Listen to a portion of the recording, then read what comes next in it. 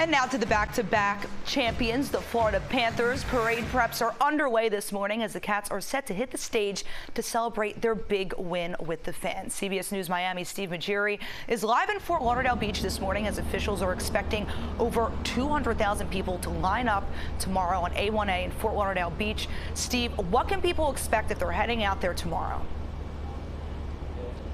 Well, Anna, people can expect it to be really crowded here. As you said, you're expecting more than 200,000 people, and that's a lot more people than last year's parade, which had about 200,000 people. And so there's going to be a lot of different ways of getting here. It's recommended that you ride share because this area here behind me, right by the stage, this is all going to be closed off. We're here at the bottom of the parade. This is where the stage and the big pep rally, the culmination of this whole season, is going to happen right here behind me here. It's still being set up. They've been doing this since yesterday, pretty much all week, but this is becoming an annual tradition down here in Fort Lauderdale, and it's been non-stop celebrations leading up to the Parade of Champions, which is going to begin at noon along A1A and Riomar Street, and we'll head down to southeast 5th Street, where the rally will take place on this stage on the stand. Now, city officials again say it's going to be very crowded here.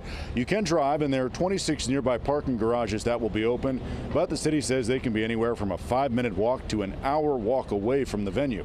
The fans we spoke to here in Fort Lauderdale don't seem to mind and say they are ready to celebrate with their Stanley Cup champions. And you're encouraged to use ride shares to get down here, and some fans prefer to take the water taxi. And it's well worth it. You don't have to drive, you don't have to, if you're drinking, you don't have to worry about anything like that. Like I said, the traffic, you can see we only have 2 lanes here of road, and it's going to be really, really crowded. And you see this stage is coming along nicely. A lot more progress has been made this morning since we last saw this yesterday. You can see the speakers, the lights are going to be set up. It's going to be a giant party once again here on the beach celebrating back-to-back Stanley Cup championships. And Fort Lauderdale police say there will be all hands on deck here, meaning that pretty much any officer that's not on vacation is likely going to be working this parade. So all this setup here, Anna, it can't really be done without police and firefighters here to maintain order and to make sure that the roads are blocked off and keeping everyone safe. So everyone's looking forward to it. I know I'm looking forward to it, and I know you're looking forward to it as well. Back to you. That's right, Steve. Going to be a big, fun day tomorrow. Thank you so much. And as South Florida gears up for Sunday's parade, we wanted to know who foots the bill. It's estimated that the parade will cost upwards of $2 million. The team does plan to pay roughly 90% of that, but the city of Fort Lauderdale will also pitch in. The city says it will pay around $200,000 to maintain police and fire crews around the parade route.